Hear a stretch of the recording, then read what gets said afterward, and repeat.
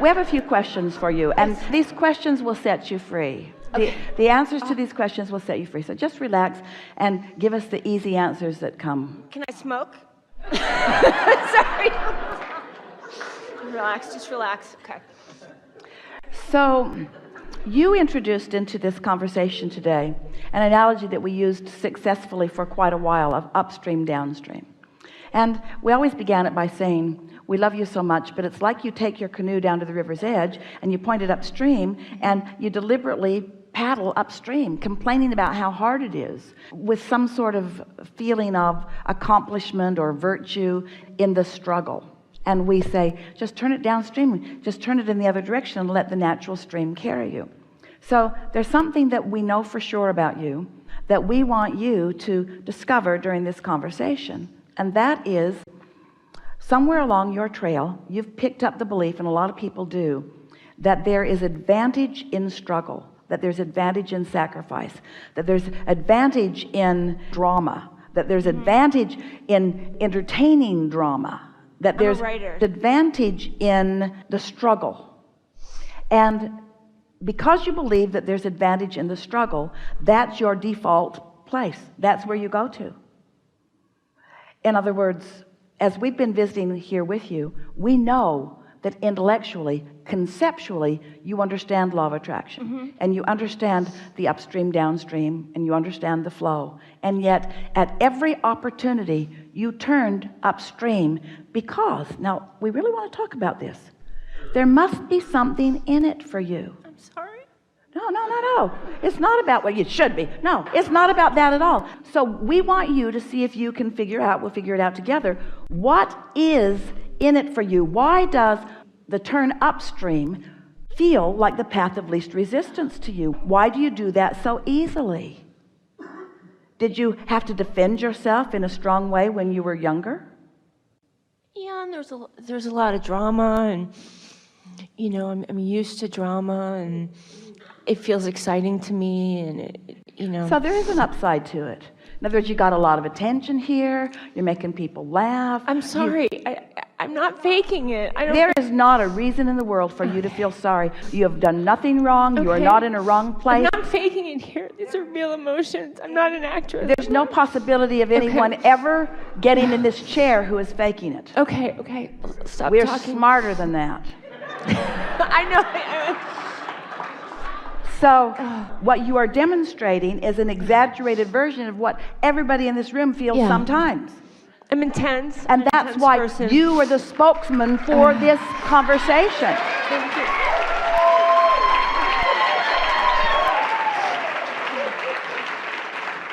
But I like intense things. I'm intense. I like to do intense things, you know.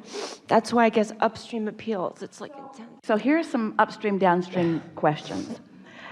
I would rather feel engaged or unengaged? Engaged. If engagement is upstream, I still would choose it over unengaged. I would rather be engaged and negative than unengaged and positive. Stay with it for just a little, because the answer to that is yes, but we want you to think about why. There's momentum in that negative engagement. And momentum, you have, a lot of people do, you believe that momentum is where the power is. You believe that you'd rather be doing something than nothing. Esther did it too. Instead of sitting and centering and doing a focus wheel and reminding herself that things always work out for her, instead of taking the time to do that, she flew out of that door like a streak and went down and presented her problem with such forcefulness. In other words, she did it too. Everyone does it every now and again. But the question is, what is it about that? Because even Esther says, I got to do something rather than nothing. And we say, something rather than nothing. And why is that? Why is something rather than nothing a default position for so many of you? Because you have evaluated your success and your value through the eyes of others who are trying to get you to be conditional and action oriented rather than aligned and energy oriented. So there isn't anything wrong with any of that, except that now your guidance is showing you that all of your life, the habits and things that you thought were the keys to success now are not the path of least resistance. So you're upended. Don't feel bad. We do that to virtually everyone who enters this room.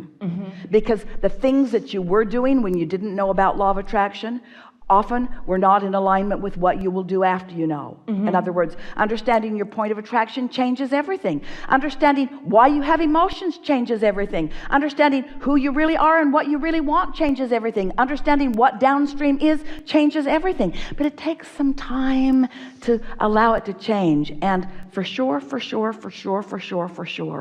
you will not make the change while you're choosing to be hard on yourself. You just can't beat up on yourself. We can't break through that. We can't love you enough to get through your screen of being mad at yourself. So you got to just decide to give some of that up. You got to begin saying things like we were wanting our counselor friend to do with his team members. The team, right. That he was talking about. We want you to be able to say, I am where I am, and where I am is all right. And in the same way that when Esther got that color swatch home and she laid it across her clothes, the clothes that she wore were all in alignment, and the clothes that hung there that she never wanted to put on were the ones that were out of alignment. In other words, you intuitively know. And so you've come into alignment. You've activated your guidance. Things that you used to get away with, you can't get away with anymore because you know too much. You can't go back. It's working for you. You're not failing. You're coming into alignment with who you are. We used to say to people almost every seminar in the beginning that the thing that people would most often say to us, Abraham, is it normal for all hell to break loose in my life when I begin doing this work? And the answer is yes. Because the things that you used to do out of determination and habit, the action-oriented things, don't work in this vibrational-based law of attraction understanding of what your guidance system is telling you world. It's a different orientation, and you've got to make the jump. And so there isn't anything in the world wrong with negative emotion. We want negative emotion to be a good thing. If the stove is hot, we want you to know it. We don't want you to ignore your guidance and touch the hot stove. That's not good for you. And we don't want you to endure long-standing negative emotion. That's not good for you either. But we don't want you to beat up on yourself for having negative emotion, because that's like throwing yourself on the stove. That is exaggerating it, you see. And that's what true drama is. Drama is, here's a good definition for you.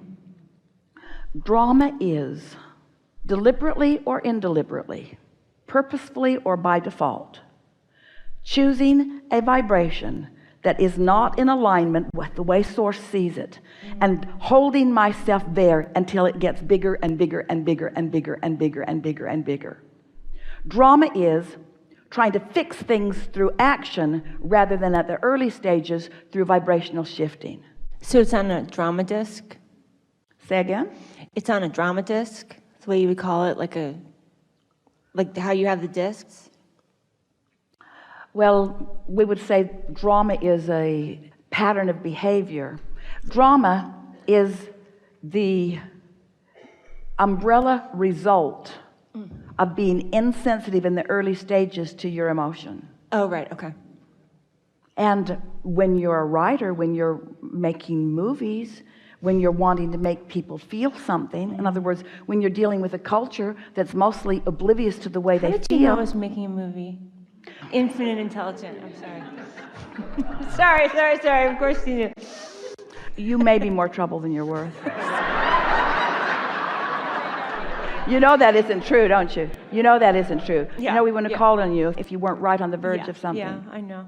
So you talk more than you listen, and you act more than you feel, and you talk more than you hear, and you don't allow the receptive mode very often. But when you do, you are brilliant. And the reason that when you do, you are brilliant is because you've lived enough contrast that you've really put amazing things in your vortex. So you are called in a very strong way. And when someone is called in a very strong way and they don't go, you take it really hard. And that's why you're dramatic. If you hadn't put plenty in your vortex and you weren't being called in a really strong way, if someone called you on the telephone and said, hello, you don't know me, I'm just calling to tell you I will never call you again, you'd say, all right. But if someone you really care about called and said, you're never going to hear from me again, you would feel drama. So sort of kind of like that. We are all appreciating what you've brought forward here. Thank you so Just much. have fun with this. Be easy about it. Nothing's gone wrong. All is well. Yeah.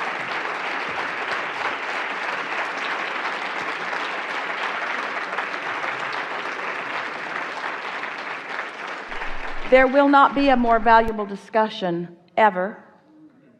A demonstration of condition over emotion, a demonstration of what is over what can be, a demonstration of powerful desire. Most people never get to that place of powerful desire. They give up on the desire. They don't allow themselves to care that much about something that they can't accomplish.